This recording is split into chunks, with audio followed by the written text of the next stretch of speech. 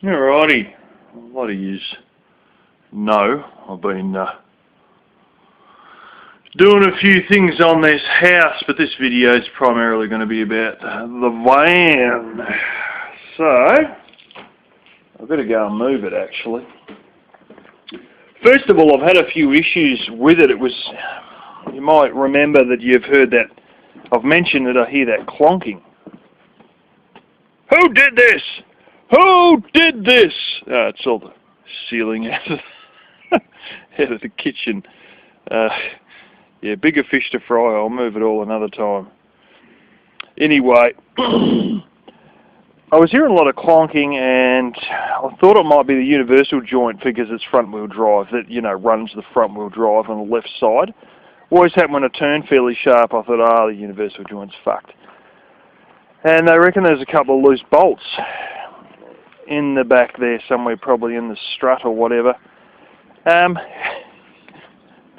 Well, they tightened it up and sort of come back within a week or two,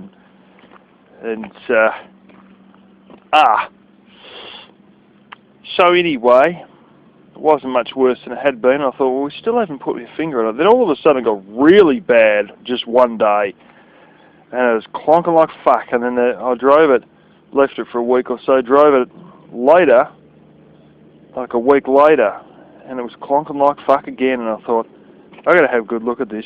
First week that it was clonking, like the first time, I got under there and I just, I'll sort of just turn the wheels out, like I just, how you do a hard lock one way or the other. Looked at everything, I couldn't see anything that was obvious. Second time, I actually laid on my back and got right under there, and that's when I discovered it's the bloody struts are fucked. Now, basically, this has probably got the same struts that it originally come with. Shit, yeah, that buff mark got there. And, they're probably the ones that were fitted back in South Korea in the factory. Long and short of it is, the bastard must have, I drive it fairly hard around corners because it holds on so well under the corners. Well, the bastard must have fucking cracked. And there's all this oil all down the coil spring. Now, of course, this has happened sort of like a week and a half beforehand, before I've actually realised. Now, I've touched it, it hasn't been dripping wet, but it's been sticky, almost like honey type sticky, all down the coil spring and on the strut itself, and right down to the strut almost to where it connects on. So you see the two bolts where it connects on, because it's got like a lower wishbone, but no upper wishbone. It's just the strut is both like your shock and your upper wishbone, or so, I don't know. Maybe that's how but there's no upper wishbone. But where the strut comes down, it's got two bolts that attach on the back, and you can see where the oil's just started to run out, like where it's just, hasn't had any more to go, and where the drips end, just above those two bolts. And I'm touching the fucking coil spring, and it's sticky like honey. So that explains all that. It clonks fucking terribly now, but at least I can go in and I'll get two new struts on it, because they probably literally are the 17-year-old ones that were in it from day one. Now, something else I've got to show you guys. I'll just cover a number plate here. Get this the right angle so it doesn't smack me on the fucking head.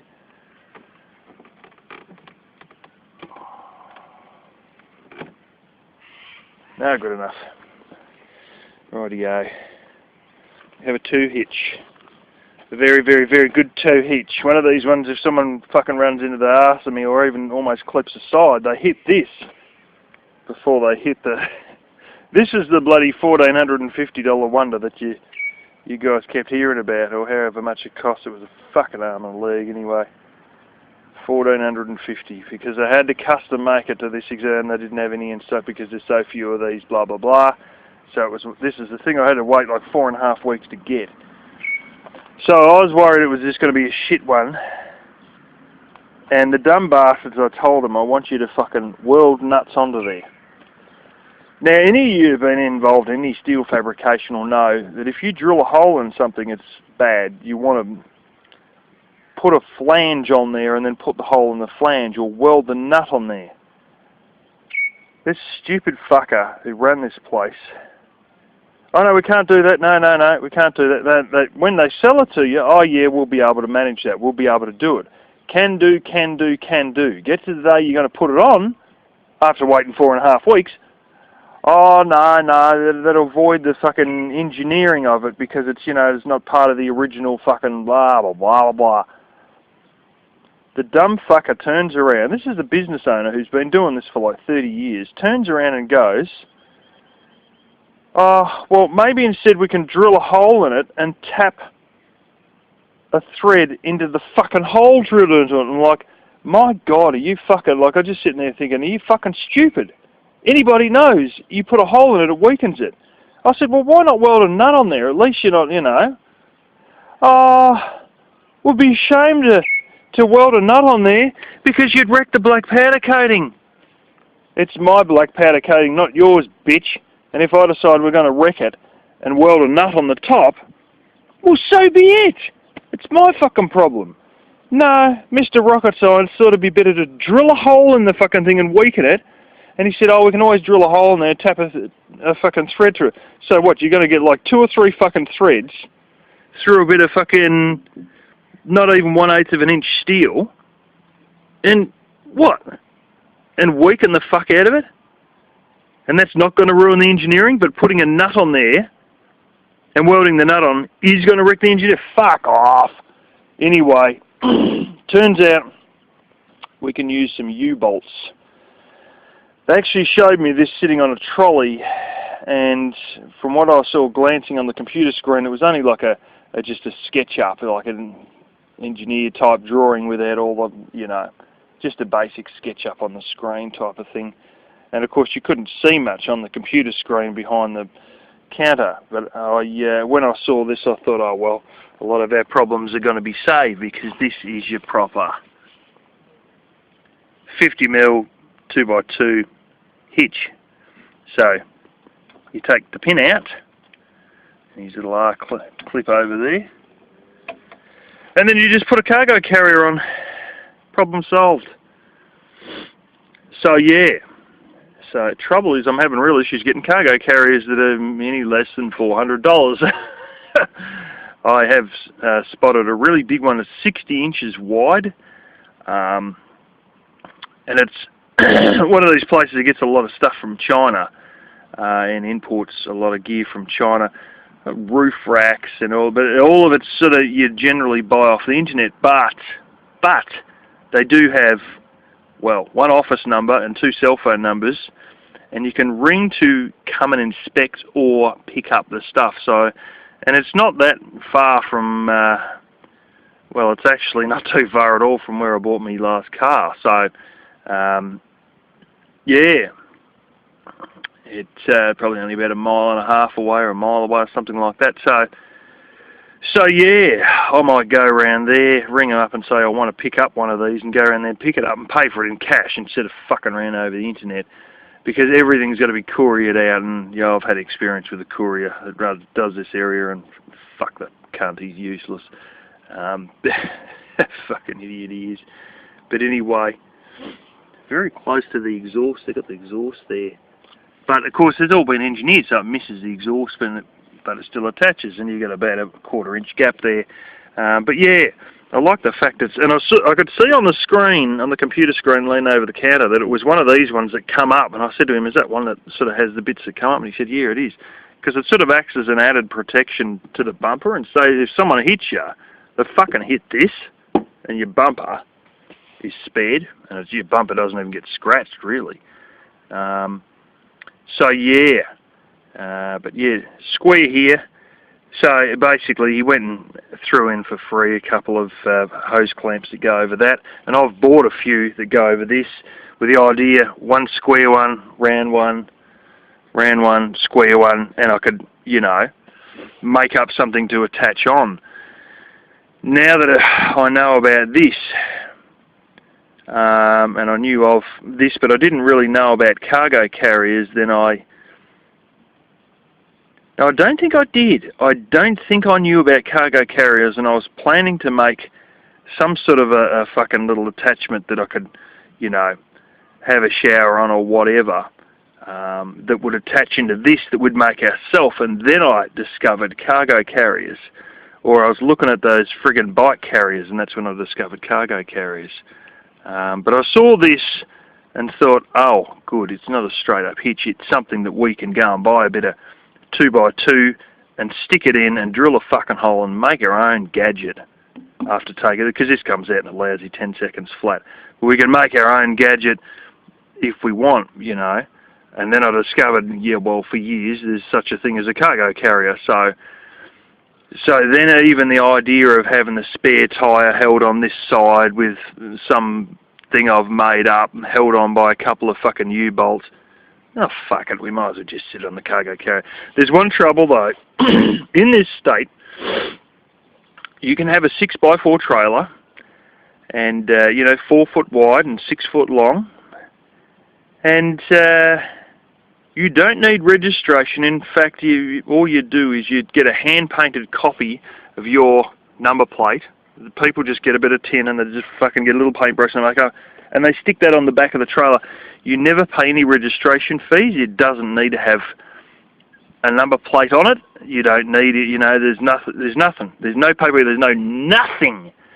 But that 6x4 trailer must be smaller than the width of the vehicle. As soon as it's wider than the width of it, then you need registration. Now, this 60-inch cargo carrier, I don't know how wide fucking 60 inches is, but if it's wider than this thing, then we've got legal troubles. So I'm trying to look, and I've seen they've got something smaller, and I looked at it, it was a fucking roof rack. I think we've only got, I'm going to have another little look at their store, their web store, but I think we've only got the big 60-inch carrier, because it was just bringing up them, and they do a lot of shit, you know, bicycles and fucking all random shit, you know, but a lot of it's all four-wheel drive accessories and bits and bobs, but they're all the cheap shit, you know, all the Chinese import stuff. So anyway, I'll have to have another little look at their website and measure this to see 60 inches, because I only really wanted one sort of, you know, probably about the width of the silver bit there, but that's a little blimmin', like a rib thing, and that's like your sandy blimmin' grip thing. So as you plug there, I don't know how they've wired the plug in. They may well have gone through the bung on this side, but anyway, I haven't really got on and done much more. I just thrown the mattress in there. I got all the blimmin' what's his name out and put that in the house. I had a giant garbage bag. I put some of the polystyrene in, but the sheet polystyrene, I've stacked it up somewhere, because this was in the way, and I had the wood heater next to it, and I got the wood heater cranking one out, and I could smell the plastic bag covering it starting to get warm, and I could fucking smell it, and I thought, God damn, this is a bloody fire risk. So I thought, nah, we're not fucking with this shit. So I set it out in the kitchen. Then I got to fucking walk around it every time I come in out the bedroom door. One day I said, you know what, this should be in its fucking home, so I threw it in the blasted van here after I got the polystyrene out. I've still got to piss around with that little corner. I didn't know what I got to do. I'm just sort of leaving this, because this is something I can do in a garage, like in one of my dad's sheds, and I've got the perfect spot where, you know, there's a few spots because he's got two fairly substantial sheds, but you know, and I can deal with this later. And if I need to silicate inside there, well, I go and park it in one of the sheds or whatever, and I've got a fucking blow heater. He's also got a thermostat control blow heater, which only turns on as it cools down, and I can just stick the bloody heater in the back here, and to put the window down, just put the lead through, and it's inside a shed. And it'll be warm enough in here to do silicon. I'll leave it running all fucking day and it'll be 75 degrees Fahrenheit, you know? Doesn't matter. You know, a lot of these things I'm not sort of worried about, because it's all got to be done inside a building anyway. And what I'm focusing on at the moment is just getting the run on doing everything else outside before this rain gets any more consistent. We're going to have some rain tomorrow. We've actually, fuck me drunk. It's about like fucking 10 past 10. You still see fog out there. So we had a pretty fucking cool night last night. Stupid ass logs weren't lighting properly, and I was fucking around with them, and they just sort of half smouldered half the night. I put another one in, and it half smouldered, and yeah. Anyway, we're going to be getting rid of some of this horse shit today. So I've got to move the van out the way. And, yeah, it's for the, there's in the laundry there, I'm going to have a wood heater. But it's, underneath that is a laminated, half-rotted chipboard, but it's a Laminex thing. And I thought I can't have that as a table, and so that's my new tabletop, and I think it's going to be, only about fucking 100 pounds or something. Yeah, this old bitch is failing too. It's fucking failing badly, this thing. I got nothing but heaps of fucking, heaps of firewood in here. It's got a bit of, you're not going to believe it, that's actually algae on top of fucking, this is all algae too, because it's always under shade. And, where is it? Moss. That may well be algae.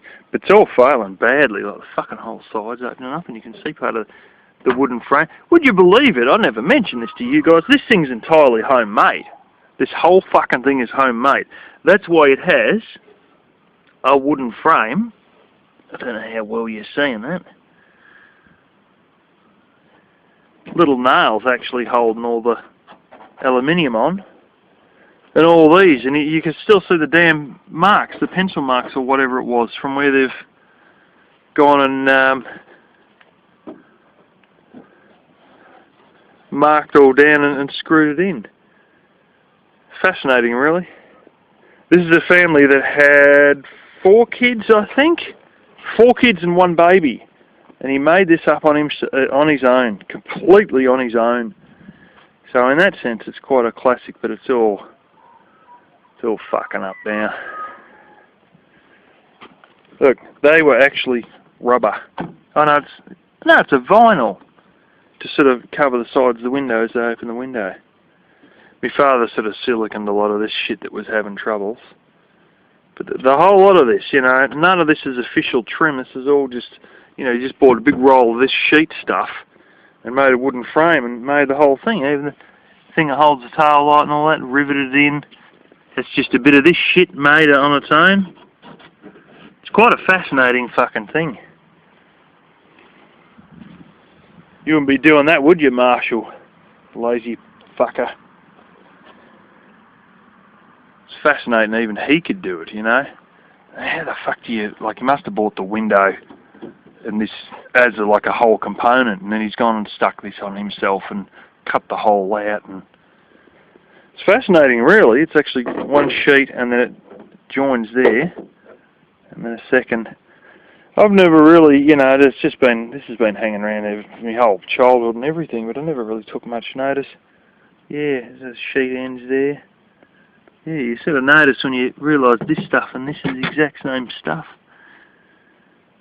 Look at the angles, boom, boom. All that's been just folded over, just a little bit, just about a little bit more than 1/8 of an inch. It's just folded all over. It's got a fair bit of work into it, especially a fair bit of work for a guy with 4 kids and 1 baby. I mean, geez, if I had that many, you wouldn't have enough time to scratch your balls. These are all vents here for the. I don't know if I nicked one of these vents, but I've been bloody tempted to nick these vents. Many times, instead of going and buying them. But see, the fucking, you'd never drill the rivets out because all this snapped off fucking too far out. But anyway, that's the old dehydrator too, by the way. Solid dehydrator, it's upside down.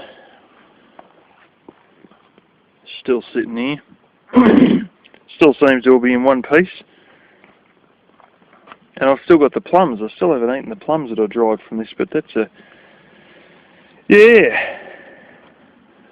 funny little toy. This here, my uncle always, that's all fucking stainless steel. And they've got crappy steel, mild steel welded onto stainless.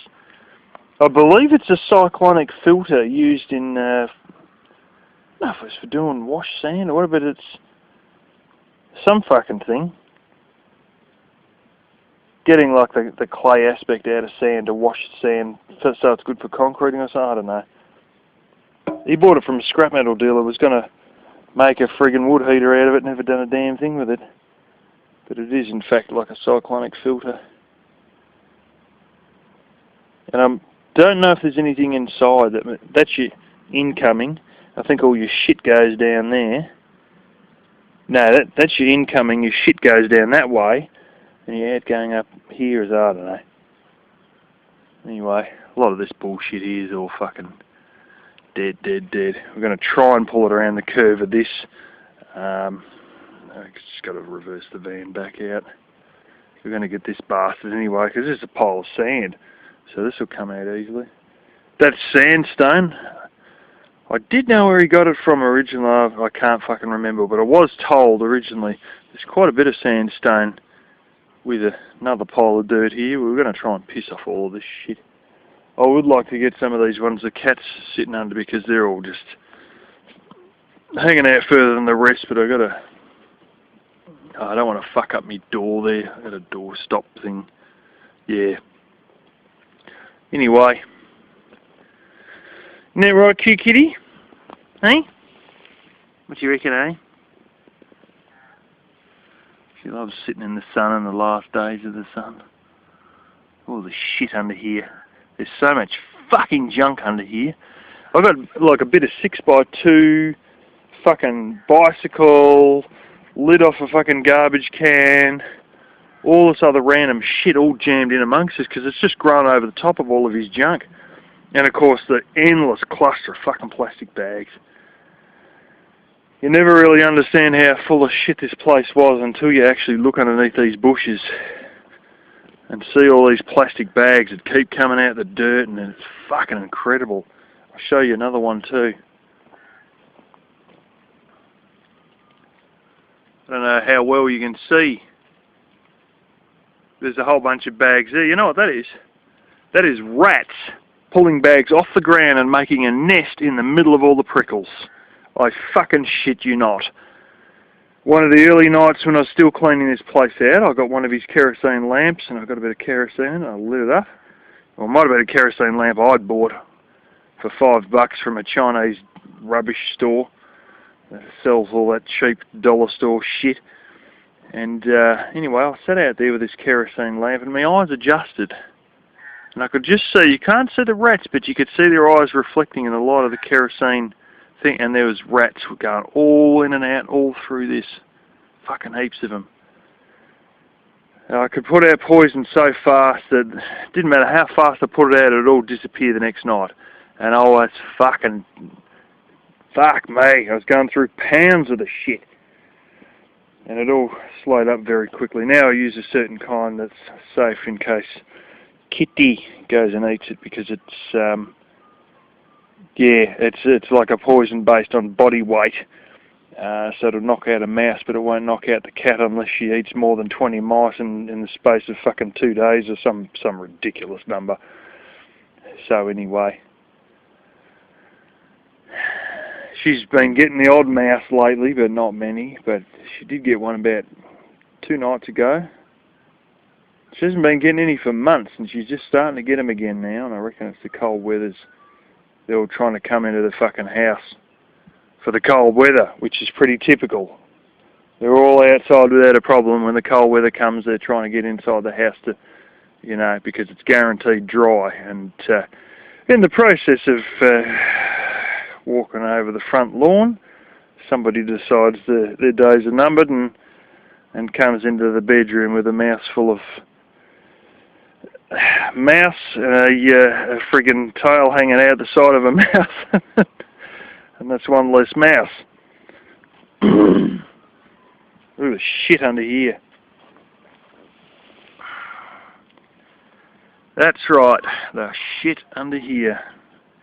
That's how it was. Like, there was whole big areas of this place that were like this, just rotten plastic bags. And like, there was so many that I would sit there, first of all putting gloves on and just trying to lift big bundles off them off the ground to put into bins. Then I'd start raking and try and put it into garbage bags or just keep throwing into more bins.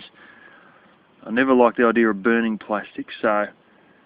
But my gosh, out where the bathroom is, I had this sort of shit. It was a foot deep of plastic bags where the bathroom now is. I'm not fucking joking. You just open that door that now goes to the bar, and you just throws rubbish at it. Open the door, fling. Open the door, fling. Every day, oh, I don't want this shit. Open the door, fucking fling. And it just, yeah. Some people accuse me of having shit. You have no fucking clue. We've got about 5% of the amount of shit that was here. 5%. It was just, you know, I've seen photos of this place, and the fucking, from, you know, there where my bins are and that, up to the front door, the amount of everything you could imagine, fucking shelves and this and that and wooden stuff, and even right here, there was a whole fucking big countertop thing here. You know, MDF, chipboard, tiles on the top, fucking a whole heap of smashed up cement shit. Cleared a lot of it out, you know. This come from work. That's for that fire door. There, I think it's a door with fire bricks inside. I have a feeling. I don't know. It is over 100 pounds. This one, at least. It's probably more like about 140 pounds. This. Anyway, so I might need another fucking handle. Oh no. The handle itself, I think I've got the rest of the mechanism actually works on that. Don't think I've got the keys to it though, so that's a big fail. Anyway.